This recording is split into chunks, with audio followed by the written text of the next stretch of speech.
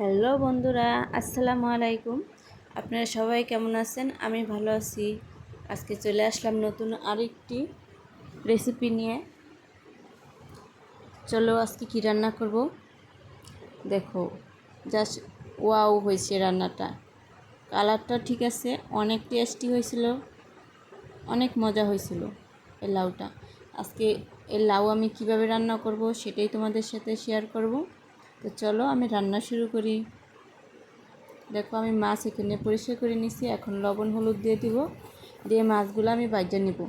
আজকে মাছ ভাজা রানবো। অনেকে লাউ রান্না করে চিংড়ি মাছ দিয়ে বা শিং মাছ দিয়েও কষানোতে মাছ দিয়ে তারপরে রান্না করে। আজকে আমি শিং মাছ ভাজা তারপরে রান্না করব। এটাকে আমাদের দেশে বলে কুমিল্লাতে যে ভিরন করছি, বুঝছেন?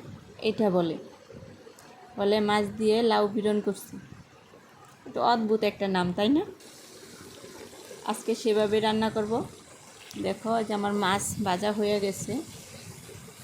আমি লাউ কীভাবে কাটছি সেটা দেখছেন? আমি লাউটাও কিন্তু অন্যরকমভাবে লম্বা লম্বা করে কাইটে নিছি। এখন মাছ উঠাই নিব। এখানে আমি পেঁয়াজ বাটা দিয়ে দিলাম, আদা রসুন বাটা, কাঁচামরিচ ফালি, গুঁড়ামরিচ দিব না এখানে, শুধু হলুদের গুঁড়া দিব। দেখেন আমার ওইটা মশলাটা ভাজা হয়ে গেছে। এই পর্যায়ে লবণ হলুদের গুঁড়া দিয়ে দিলাম। এখন পানি দিয়ে ভালো করে কষাবো মশলাটা। আমার ভিডিওটা না টেনে ফুল ভিডিওটা দেখবেন।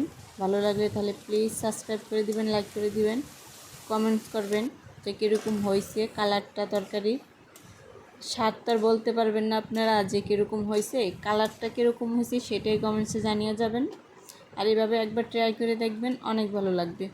আমি একটু পানি দিয়ে যে মশলাতে আমি লাউ দিয়ে একটু করলাম, হালকা একটু কষালাম ঢাকা দিয়ে। তখন আমি জল দিয়ে দিলাম। জল দিয়ে এখন আবার ঢাকা দিয়ে দেব। অল্প পরিমাণে জল দিছি, লাউ থেকে আরও জল উঠবে। আর এই দেখছেন এগুলার ধনে পাতা, এই ধনে পাতা আমি দিব। এগুলা কোন দেশে কী নাম বলে, কী ধনে পাতা বলে জানাবেন। আমাদের কুমিল্লায় বলে বিলাতি ধনে পাতা। এরপর যে আমি মাছগুলি দিয়ে দিব। লাউ রান্নায় ধনেপাতা না হলে কিন্তু চলেই না। আপনারা কি বলেন? কমেন্টসে জানিয়ে যাবেন। আমি লাউ রান্না করলে ধনেপাতা আমার দেওয়াই লাগে, নাহলে রান্নাটা আমার অসম্পূর্ণ থাইকা যায়। আমার কাছে এরকম মনে হয়। দেখো কালারটা জাস্ট ওয়াও। এরপর যে আমি ধনেপাতা দিয়ে দিলাম।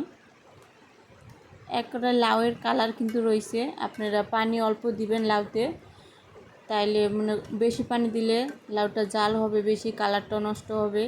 আর বেশি জাল করলে লাউ টক টক লাগে, ভালো লাগে না খাইতে, তাই পানি অল্প দিবেন। আমার রান্নাটা কমপ্লিট। দেখেন শুধু কালারটা, আমি শুধু কালারের কথাই বলবো, আজকে স্বাদের কথা বলবো না। স্বাদ হয়েছিল, অনেক স্বাদ হয়েছে, অসম্ভব স্বাদ। দেখছেন? আজকে এই পর্যন্তই। আপনারা সবাই ভালো থাকবেন, সুস্থ থাকবেন, আমাদের জন্য দোয়া করবেন। আবার চলে আসবো নতুন আরেকটি ভিডিও নিয়ে। আল্লাহ হাফেজ।